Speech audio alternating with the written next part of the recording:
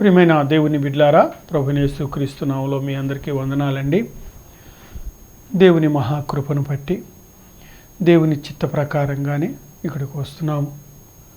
ప్రియమైన వారులారా, వాక్యం వింటున్న చాలామంది కూడా స్పందనిస్తున్నారు, మీకు వందనాలు. మరి ఇప్పుడు దేవుని కృపను బట్టి వాక్యంలోనికి వెళుతుండగా ప్రార్థన చేసుకొని వాక్యంలోనికి వెళదాం. మహోన్నతుడా, ప్రేమ కనికరం కలిగిన దేవా, నీకే వందనాలు, స్తుతులు, స్తోత్రాలు. ప్రభువా, నీ కృపా వాచరితను బట్టి, నీ కృపా కనికరాన్ని బట్టి నువ్వే తోడుగా నీడగా ఉండండి. ఆత్మతో, సత్యంతో, జీవంతో నింపండి, పరిశుద్ధపరచండి, పవిత్రపరచండి. సాతాను క్రియనాశనం, చీకటి శక్తి, అంధకార శక్తులు బంధించండి. ప్రభువైన యేసుక్రీస్తు నామములో ఇంటున్న ప్రతి తండ్రి మీద పరిశుద్ధాత్మని కుమ్మరించండి, ప్రతి తల్లి మీద పరిశుద్ధాత్మని కుమ్మరించండి. వాక్య వర్తమానం పరిశుద్ధాత్ముడికే ఘనత, పరిశుద్ధాత్ముడికే మహిమ రావాలి. తండ్రి, జ్ఞాపకం చేసుకోండి. ఆనాడు 12 మంది అపోస్తులకు పరిశుద్ధాత్మ కుమ్మరించబట్టి ఆ పరిశుద్ధాత్ముడే వాక్య వర్తమానం అందించాడు.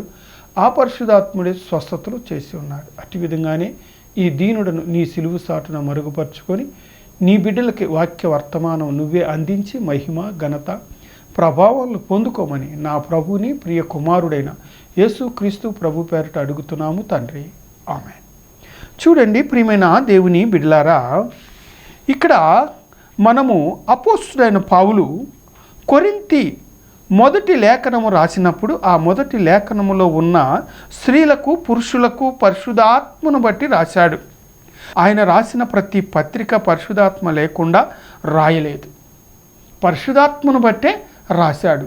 ఎందుకంటే బిడ్డలు పొరపాటు చేస్తే తల్లిదండ్రి వారికి బురదలో ఆడుకొని వస్తే వారిని శుభ్రం చేసినట్లుగా, అటు విధంగానే వారు ఏదైనా చిన్న చిన్న పొరపాటులు చేస్తే తల్లిదండ్రి క్షమించి ఎదుటి వచ్చే రాబోయే కీడును తప్పించుటకు తల్లిదండ్రి వారి బిడ్డల్ని వారు కాపాడుతుంటారు.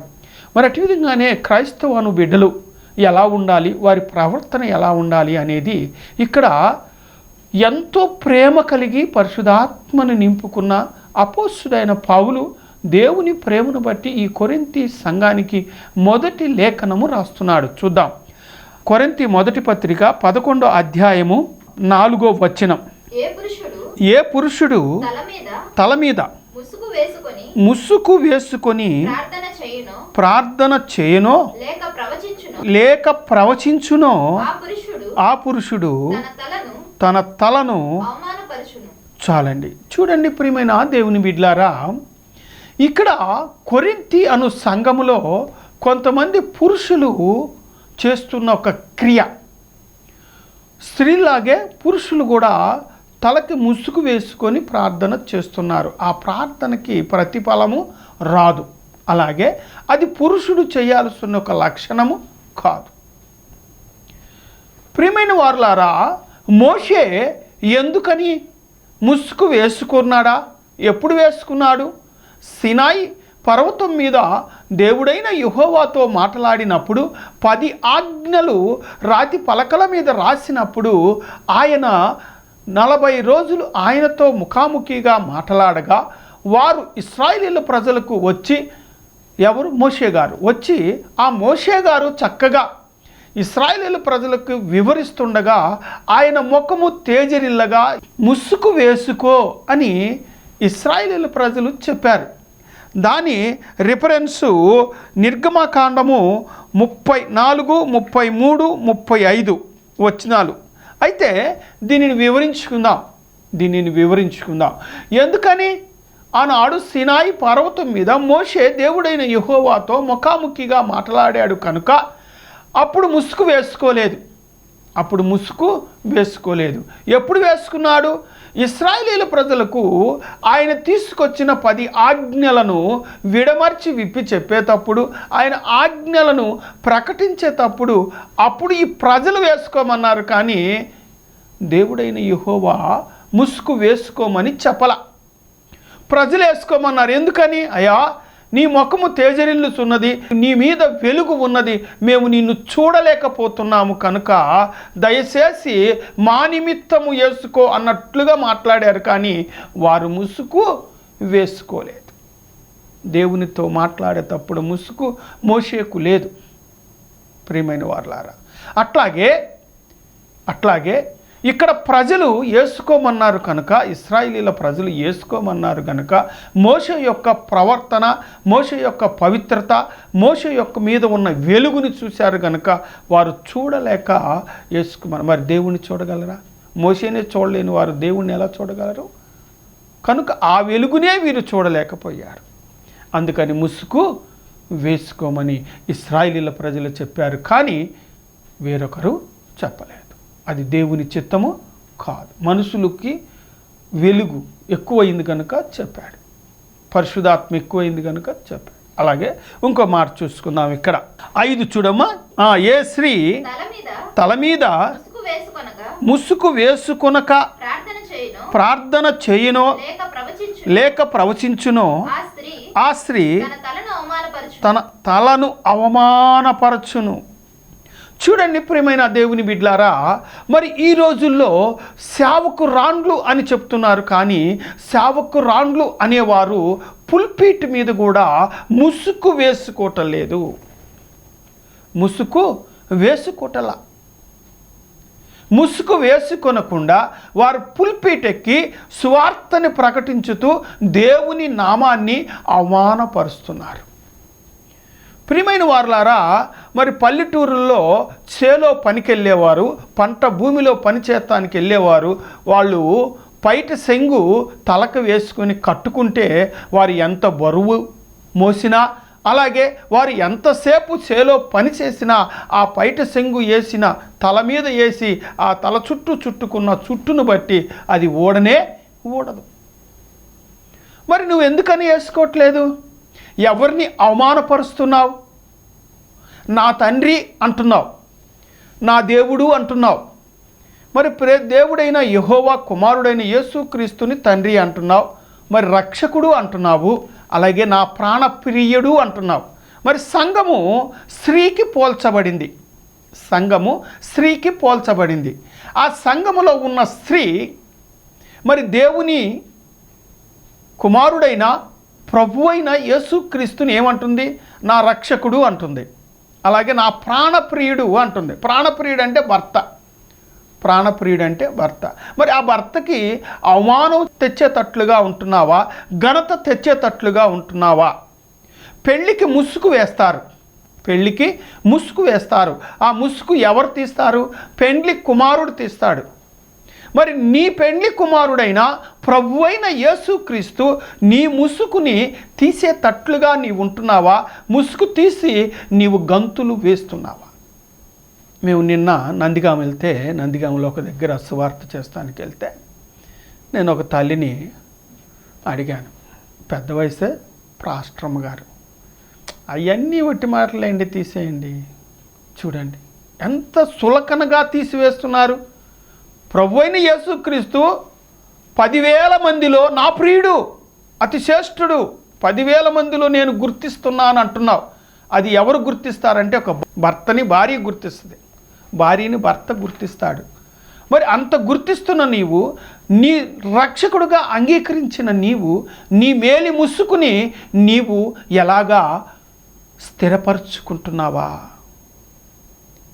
పవిత్రత ముసుకంటే, పరిశుద్ధత ముసుకంటే, ముసుకంటే పరిశుద్ధత, పవిత్రత. సంఘమునకు స్త్రీ చెప్పాను కదా ఇందాక, ఏమని? పురుషులే కానీ స్త్రీలే కానీ సంఘము స్త్రీతో సమానం. పెండ్లి కుమారుడికి సిద్ధపరచబడిన పెండ్లి కుమార్తె, పెండ్లి కుమార్తె. ఆ కుమార్తెకు ముసుగు ఉన్నదా? పరిశుద్ధాత్మ అనే ముసుగుని నువ్వు వేసుకున్నావా? పరిశుద్ధాత్మ అనే వస్త్రాన్ని ధరించుకున్నావా? 1,00,000 రూపాయలు పట్టుచీర కట్టుకొని వెళ్ళి అక్కడ మధ్యలో, జనం మధ్యలో కూర్చుంటాం గొప్పతనం అనుకుంటున్నావా? నీ ముసుగు ఎంతవరకు స్థిరముగా ఉన్నది? ఈ రోజుల్లో చాలామంది జుట్టు విరపోసుకొని కూర్చుంటున్నారు. జుట్టు విరపోసుకొని కూర్చుంటున్నారు. అది క్రైస్తవుని యొక్క లక్షణము కాదు. దయ్యం పట్టినోళ్ళు కూర్చుంటారండి జుట్టు ఎరపోసుకొని, క్రైస్తవులు కూర్చోకూడదు. అందుకనే మనల్ని హైందవులు హేళనగాను, ఎగతాళిగాను, విన్యాసంగాను మాట్లాడుతున్నారు. ప్రియమైన క్రైస్తవులారా, జ్ఞాపకం చేసుకోండి. నీవు సొంత రక్షకుడుగా అంగీకరించిన నీ ప్రభు అయిన యేసుక్రీస్తుని అవమానపరుస్తున్నావా, ఘనపరుస్తున్నావా? నీ హృదయాన్ని పరిశీలించుకో, నీ మనస్సుని పరిశీలించుకో, నీ మనస్సాక్షిని పరిశీలించుకో. నీ సొంత రక్షకుడికి నువ్వు ఘనత తెచ్చేటట్లుగా ఉంటున్నావో, అవమానం తెచ్చేటట్లుగా ఉంటున్నావో నీవు నీ హృదయాన్ని పరిశీలించుకో. ఏ సంఘానికి వెళ్ళుగాక, దగ్గర నేను చెప్పాను పోయినసారి కూడా, ఇప్పుడు చెబుతా, దగ్గర నెలకు నేను 2-3 సంఘాలకు ఎక్కువగా నన్ను పిలుస్తారు, వెళ్తాను. ఏ సంఘంలో చూడు, చిన్నలు అలాగే ఉన్నారు, పెద్దలు అలాగే ఉన్నారు. మరి నువ్వు క్రైస్తవ లక్షణం నీలో ఏది? క్రైస్తవ లక్షణం ఏది? జుట్టు ఎరపోసుకొని కూర్చోమని పరిశుద్ధ గ్రంథంలో రాయబడి ఉందా? లేదా ప్రభుని యేసుక్రీస్తు చెప్పాడా? లేదు 12 మంది అపోస్తులు ఎక్కడన్నా రాశారా? ఎక్కడన్నా ఉన్నదా? మరి ఎందుకు ప్రవర్తిస్తున్నారు మీరు అలాగా? ఎవరిని అవమానపరుస్తున్నారు? నీ దేవుణ్ణి, నీ ప్రియుడిని, నీ రక్షకుడిని అవమానపరుస్తున్నారు. ఇది నీకు ధర్మమా? నీకు ఇది న్యాయమా? ఏదన్నా ఫంక్షన్కి వెళ్తామండి ప్రియమైన వారలారా, నువ్వు జుట్టు ముడి వేసుకుంటామో జడ వేసుకుంటామో చక్కగా ఆ చీరని కట్టుకొని ఎంతో పవిత్రతగా ఎంతో శుభ్రముగా నీవు పెండ్లి విందుకు వెళతావు, లేదా ఏదన్నా ఫంక్షన్కి వెళ్తావు. మరి నీవు ఆలయానికి ఎందుకని అలా అంత ఇదిగా రావట్లేదు? దేనికని రావట్లేదు? ఇతర దేశ వాళ్ళు చేశారు అంటే వాళ్ళు ఉద్యోగానికి వెళ్తానికి టైం మెయింటైన్ చేస్తారు కనుక వారు జడ వేసుకోరు, కత్తిరించుకుంటారు. అది కూడా ఒక రకంగా శాపమే, అది కూడా ఒక శాపమే. తెలుసునా మీకు? వారు టైం మెయింటైన్ చేస్తారు కనుక స్త్రీ యొక్క జుట్టుని ఆమె కత్తిరించుకుంటుంది. ఇందిరాగాంధీ ఉంది, ఆమె దేశ నాయకురాలు గనక, ప్రధానిగా ఉంది గనక ఆమెకి నూనె పెట్టి తల దువ్వి జడ వేసి ముడి వేసి పంపించే సమయం ఎంతో ఉంటుంది కనుక కత్తిరించుకున్నారు. సమయాన్ని వారు సద్వినియోగపరుచుకున్నారు. మరి నీకేమైందండి? అక్కడికి వెళ్ళండి, చూడండి, ఎరబోసుకొని ఎగురుతూ ఉంటారు. నువ్వు కూడా అట్లాగే ఎగురుతావా? ఎవరిని అవమానపరుస్తున్నావు? నిన్ను నువ్వే అవమానపరుచుకుంటున్నావు, నిన్ను నువ్వే కించపరుచుకుంటున్నావు. నీలో క్రైస్తవత్వం అనేది ఉందా? ఆలోచించు ప్రియా దేవుని బిడ్డవి నువ్వు. సేవకురాండ్లు అలాగే ఉన్నారు, ఎక్కువ విశ్వాసులు అలాగే ఉన్నారు. ముసుగు అనేది అస్సలు ఏ తల్లి కూడా వేసుకొని వాక్యం చెప్పట్లేదు. జాగ్రత్త అండి, వాక్యం చదవండి, లేఖనాలు చూడండి. వాక్యం చెప్పటం గొప్పతనం కాదు, సంఘం కట్టుకోవటం గొప్పతనం కాదు, వాక్యానుసారంగా జీవించటం గొప్పతనం. సరైన ఇల్లు కూడా నాకు లేదు, ఇంకా నేను పవిత్రతగా లేననే అనుకుంటాను, ఇంకా నాలో లోపం ఉందని ప్రతిరోజు నేను దేవుని సన్నిధిలో విజ్ఞాపన చేస్తూ ఉంటాను. చూడండి ప్రియమైన వారలారా, జ్ఞాపకం చేసుకోండి, ఆలోచించండి. కంప్యూటర్ కాలం కదా, ఆలోచించండి. 6వ వచనం చదువమ్మా.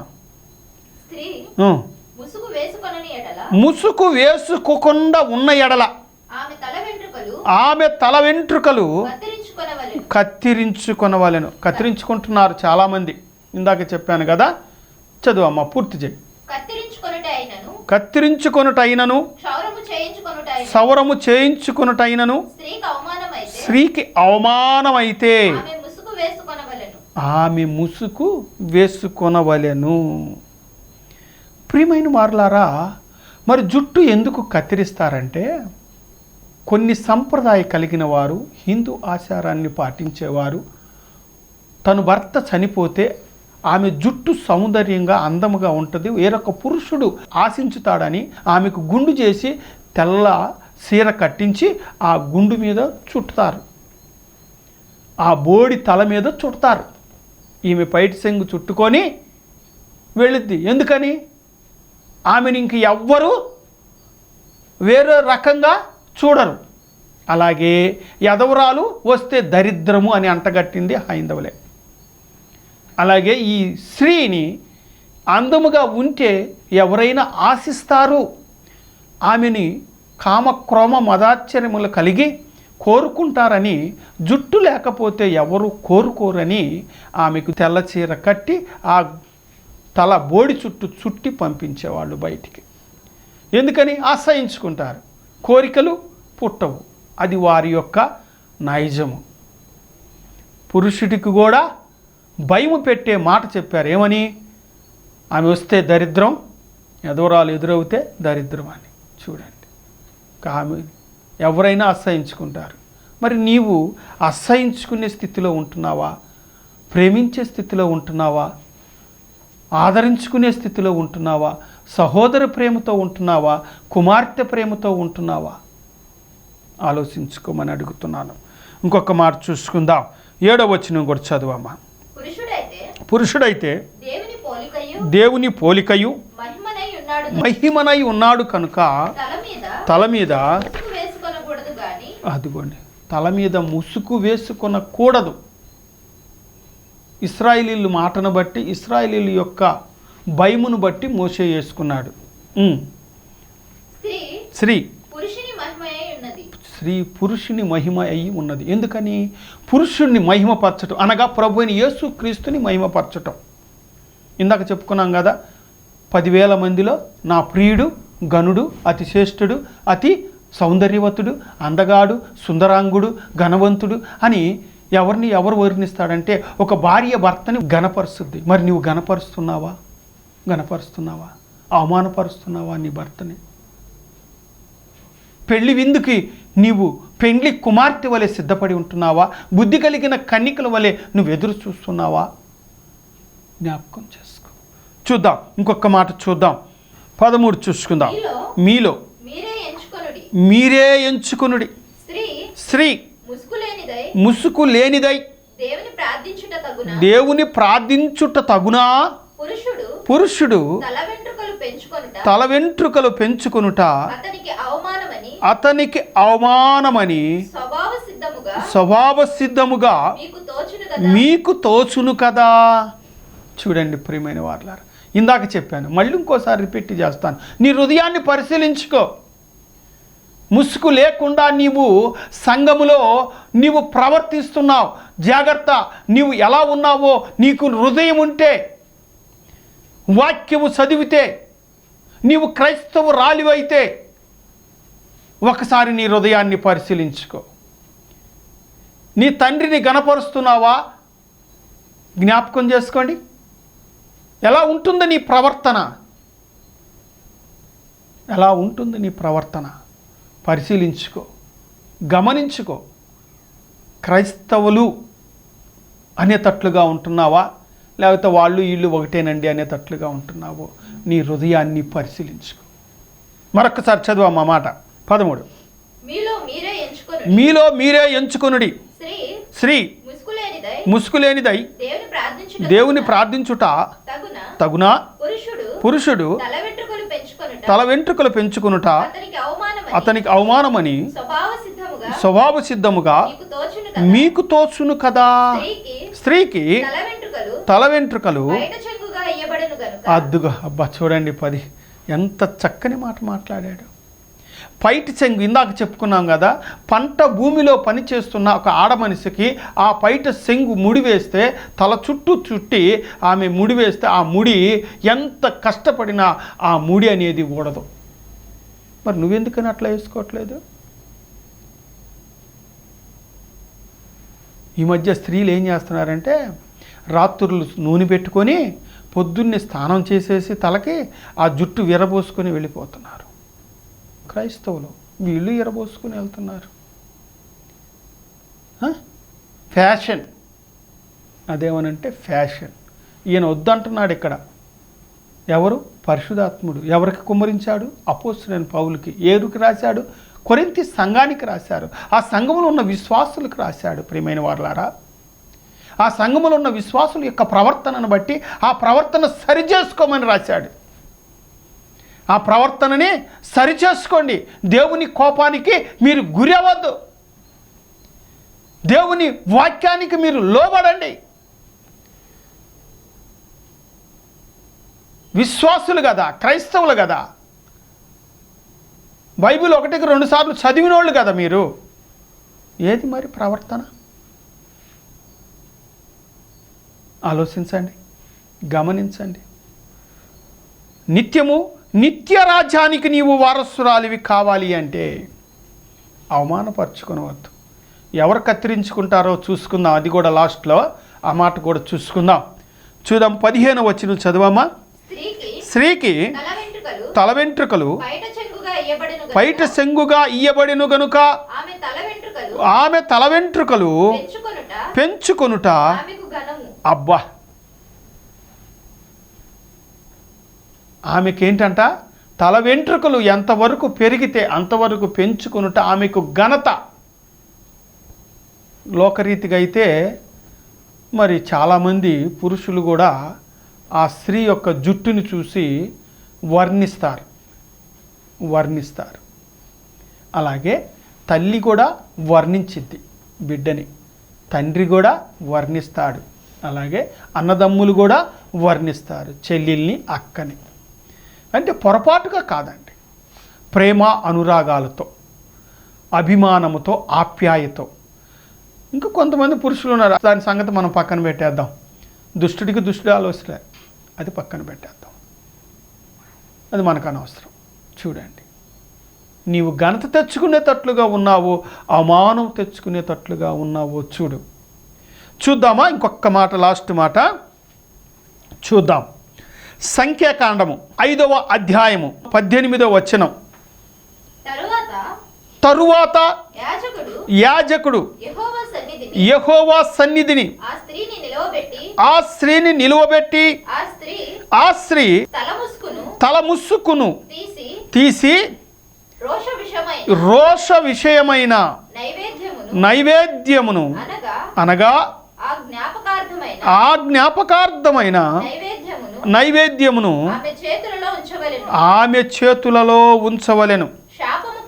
శాపము పొందుచు చేదు నీళ్లు యాజకుని చేతిలో ఆ చేదు నీరు ఉండవలెను. చూడండి ప్రియమైన వారులారా, జ్ఞాపకం చేసుకోండి. ఎందుకని? ఈ భ్రష్టత్వం చేసింది. ఈ భ్రష్టత్వంకి వచ్చేటప్పటికి మరి ఇశ్రాయేలీయుల యొక్క కట్టడలు చాలా పవిత్రమైనవి, అతి కఠినమైనవి. ఏమనేవాళ్ళు? ఇదివరకు ఏదైనా గొడవ వస్తే రోసినది అనేవాళ్ళు. రోసినది అంటే పాపాత్మురాలు. మరి ఆమెకు గుండు చేసి ఊరి బయటికి తీసుకొని వెళ్ళి వదిలివేస్తారు, ఇంకా సంఘములోనికి రానివ్వరు. అలాగే పూర్వము పల్లెటూరుల్లో స్త్రీ తప్పు చేస్తే దొరికితే ఆమెని అట్లానే చేసేవారట. ఆమెని అట్లానే కొన్ని గ్రామాలలో, కొన్ని పల్లెలలో స్త్రీ తప్పు చేస్తే దొరికిపోయిన ఎడల ఆ దొరికిన స్త్రీని తీసుకొని వచ్చి గుండు చేసి ఊరంతా తిప్పి ఆమెను ఊరి బయట వదిలివేసేవారట. ఇంకా గ్రామంలోనికి ఆమెను రానివ్వకూడదు, ఏలివేసేవారు. అయితే ఇక్కడేమంటున్నాడంటే క్షమాపణ ఉన్నది అన్నట్లుగా చెప్పుకొచ్చాడు. కొత్త నిబంధన కానీ పాత నిబంధన కానీ. కొత్త నిబంధనలు ఏమన్నాడు? ఆమె ఏమంటున్నారు? అయ్యా, మోషే ధర్మశాస్త్ర ప్రకారముగా ఈమె వ్యభిచారం చేస్తూ పట్టుబడినది కనుక ఈమెను మోషే ధర్మశాస్త్ర ప్రకారంగా రాళ్లతో రువ్వి చంపవలెను. అప్పుడు ఏమన్నాడు యేసు ప్రభువారు? అయ్యా, మీలో తప్పు లేనివాడు మొదట రాయి వేయండి. ఎవరు వేయలేదు. ఆమె ఏమందండి? అయ్యా, ఎవరు నా మీద రాయి వేయలేదు, అయితే నేను కూడా నీ మీద రాయి వేయను, నిన్ను నేను శిక్షించను. నీవు ఇక నుంచి పాపము చెయ్యక. ఎందుకని ఈ మాట చెప్తున్నానంటే ఇక్కడ గుండు చేయటంలో, బోడి చేయటంలో ఉన్న మాటని, దాని భావముని, దాన్ని ఇదిగో సంఖ్యాకాండములో చూపించాడు. అలాగే కొత్త నిబంధనలోనికి వచ్చేలేకే ప్రభువైన యేసుక్రీస్తు తను ప్రేమించిన కుమారుడైన ప్రభువైన యేసుక్రీస్తు తను రక్తముని ఆఖరి బొట్టు వరకు కార్చాడు కనుక, నీ పాపము నా పాపముని క్షమించాడు కనుక, ఇక స్త్రీ అనేది పాపము చేయకుండా పవిత్రురాలుగా జీవించి దేవుని కుమార్తెగాను దేవుని కుమార్తెగాను, కుమారుడిగాను, పవిత్రతగాను, పరిశుద్ధతగాను, అలాగే ఆయనను సొంత రక్షకుడిగా అంగీకరించి ఆమె జీవించటానికి చెప్పిన మాట అది. చూడండి ప్రియమైన వారులారా, జ్ఞాపకం చేసుకోండి, ఆలోచించండి. క్షమాపణ ఉన్నది. ఆ క్షమాపణని మనము గుర్తెరిగి ఇక నుంచి ఏ పాపము చేయకుండా జీవించమని చెప్పాడు. అలాగే మనలో చిన్న చిన్న పొరపాట్లు ఉంటవి కనుక ఆ పొరపాట్లను తీసివేసుకొని దేవుని సన్నిధిలో స్థిరముగా ఉండాలని కోరుతూ, ప్రియమైన వారులారా, మీరు దయచేసి మీ తలకును ముసుగు వేసుకొని మీరు దేవుణ్ణి ఆరాధించి ఆయన సొంత రక్షకుడిగా అంగీకరించారు గనుక మీ ప్రవర్తనని ఒక్కసారి గుర్తు చేసుకోమని దేవుని మహాకృపను బట్టి కోరుకుంటూ, దేవుడి కొద్ది మాటలు మన వినికిడిలో దీవించి ఆశీర్వదింపబడును గాక. ఆమేన్. ప్రార్థన చేసుకుందాం. మహోన్నతుడా, ప్రేమ కనికరం కలిగిన దేవా, నీ పాదాలకు వందనాలు, స్తుతులు, స్తోత్రాలు తండ్రి. జ్ఞాపకం చేసుకోండి. మీ ఆత్మతో, మీ సత్యంతో, మీ జీవంతో నింపండి, పరిశుద్ధపరచండి, పవిత్రపరచండి. సాతానుకి నాశనం చేయండి. శీకరశక్తి, అంధకార శక్తులు బంధించి మహిమ, ఘనత, ప్రభావం పొందుకోండి. ఈ వాక్య వర్తమానం నీది, మాట్లాడిన వాడివి నీవు. ఇంటున్న ప్రతి తల్లియు, ప్రతి తండ్రియు వారి హృదయాలను పరిశీలించుకొని వారు సంఘములో మేలి ముసుకుని వేసుకొని పరిశుద్ధాత్మను వస్త్రమని ముసుకుని కూడా సంపాదించుకునేటట్లుగా వీరికి జ్ఞానోదయాన్ని పుట్టించి మహిమ పొందమని నా ప్రభువైన యేసుక్రీస్తు నామ పేరిట అడిగి మిక్కిలి వినయముతో వేడుకుంటున్నాను ప్రియా పరలోకపు తండ్రి. ఆమేన్. యేసు రక్తమే జయం, సిలువ రక్తమే జయం, యేసు రక్తమే సంపూర్ణ విజయం కలుగును గాక. ఆమేన్. ఈ కార్యక్రమానికి సహకరించుటకు, మీ కానుకలు పంపుటకు మా అకౌంట్ నంబర్ 427729059996. ఈ కార్యక్రమానికి సహకరించుటకు, మీ కానుకలు పంపుటకు మా అకౌంట్ నంబర్ 427729059996.